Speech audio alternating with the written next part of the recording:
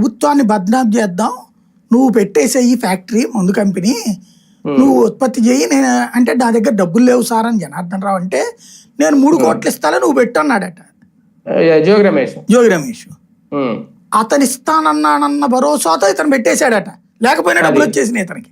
అప్పుడు ఇతను ఎవడో ఒకరి దగ్గర అప్పు తెచ్చుకోవాలి కదా, ఎవడిచ్చాడు అప్పు? అది లేదా ఛార్జ్ షీట్ లో డబ్బులే లేవు. అంతకుముందు నష్టాల పాలైపోయాడు, వ్యాపారము మూసేసి కూర్చున్నాడు. అలా మూసేసి కూర్చున్నోడికి జోగి రమేష్ ఇస్తానన్నాడు కానీ ఇవ్వలేదు. పైగా జోగి రమేష్కి అతను డబ్బులు వసూలు చేసి ఇచ్చాడు, కానీ అతను డబ్బులు పెట్టి కొన్నాడు, ఇండస్ట్రీ పెట్టాడు. డిఫెన్స్ తరపున లాయర్ సరదాగా ఆడుకోవడానికి బోలెడు పదాలు అనమాట. మంచి లాయర్ని పెట్టుకుంటే ఫుట్బాల్ ఆడుకుంటారు కేసులు. కానీ ఒకటి సార్, ఈ కేసుతో అంటే సంబంధం లేదనుకునే వ్యక్తులకి, జోగి సోదరులకి, అద్దేపల్లి సోదరులకి ఎప్పటి నుంచో వీళ్ళ కుటుంబాల మధ్య బంధం ఉంది అనేది కూడా ఇందులో తేల్చారట. బంధం ఇప్పుడు అదే ఊరోళ్ళు ఇద్దరు కూడా, ఇద్దరు ఇంతకుముందు వైన్ షాపులు నడిపిన వాళ్ళే, కాంట్రాక్ట్స్ ఉంటే ఎందుకుండు?